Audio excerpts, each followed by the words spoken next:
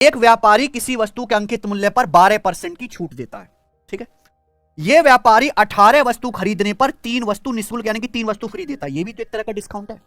एक व्यापारी पहले एक सामान खरीदता है, खरीदने के बाद उस पर मार्क प्राइस फिक्स करता है, फिर मार्क प्राइस पर पहले वो 12% डिस्काउंट देता है। 12% डिस्काउंट देने के बाद भी कहता है आप भाई साहब मेरी दुकान से 18 वस्तु खरीदोगे ना, 18 बल्ब खरीदोगे, 3 बल्ब आपको फ्री दूंगा। पूरे लेन देन में 32% का व्यापारी को लाभ होता है, ठीक है ना। यदि ग्राहक 18 वस्तुओं के लिए पेमेंट करता है, assuming customer page for 18 article, यानी कस्टमर ने 18 आर्टिकल का पेमेंट किया है, ठीक है, तो पूछा वस्तु का अंकित मूल्य उसके लागत मूल्य से कितने प्रतिशत अधिक होगा, यानी कि मार्क प्राइस कॉस्ट प्राइस से कितने परसेंट ज्यादा है। मार्क का परसेंटेज पूछा है, एक लाइन में सवाल है प्यारे भाई। व्यापारी पहले वस्तु खरीदता है, फिर उसका मार्क प्राइस फिक्स करता है, ये क्या आ गया, मार्कअप। क्या है बच्चों, मार्कअप।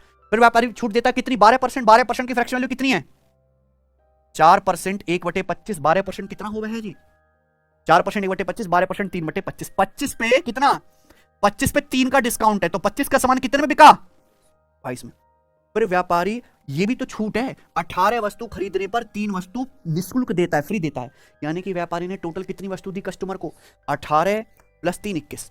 व्यापारी ने मेरे दोस्तों 21 वस्तु दी हैं, जिसमें से 21 वस्तु दी और केवल 18 का पैसा लिया, यानी कि 3 वस्तु फ्री दिए।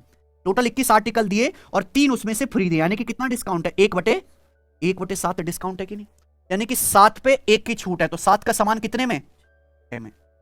सीधी सीधी गुणा किसके बराबर होगी, लाभ प्रतिशत के बराबर। लाभ कितना होता है, लाभ होता है 32%। 32% का मतलब अगर लागत मूल्य 100 है तो 100 का सामान कितने में बिका, अगर लागत मूल्य 100 है तो 100 का सामान कितने में बिका, 132 में सीपीएसपी का रेशियो आएगा, सीधी सीधी गुणा 22 का 132 से 132, 25 से 100 4 बार, तो क्या ये एक स्टेप नहीं लगा मेरे भाई, यहां पे वस्तु के सीपीएमपी का ये रेशियो कितना आ गया मेरे भाई, 7 ऊपर चला जाएगा, 7/4।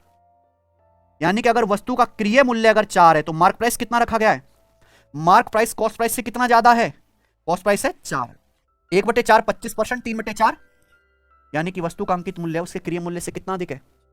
कौन सा ऑप्शन हुआ, ये ऑप्शन। तो क्या ये सवाल, ये मेंस लेवल का सवाल बनता है जो बार बार आता रहता है। इस सवाल को 15 सेकंड से ज्यादा लगाओगे क्या करने में,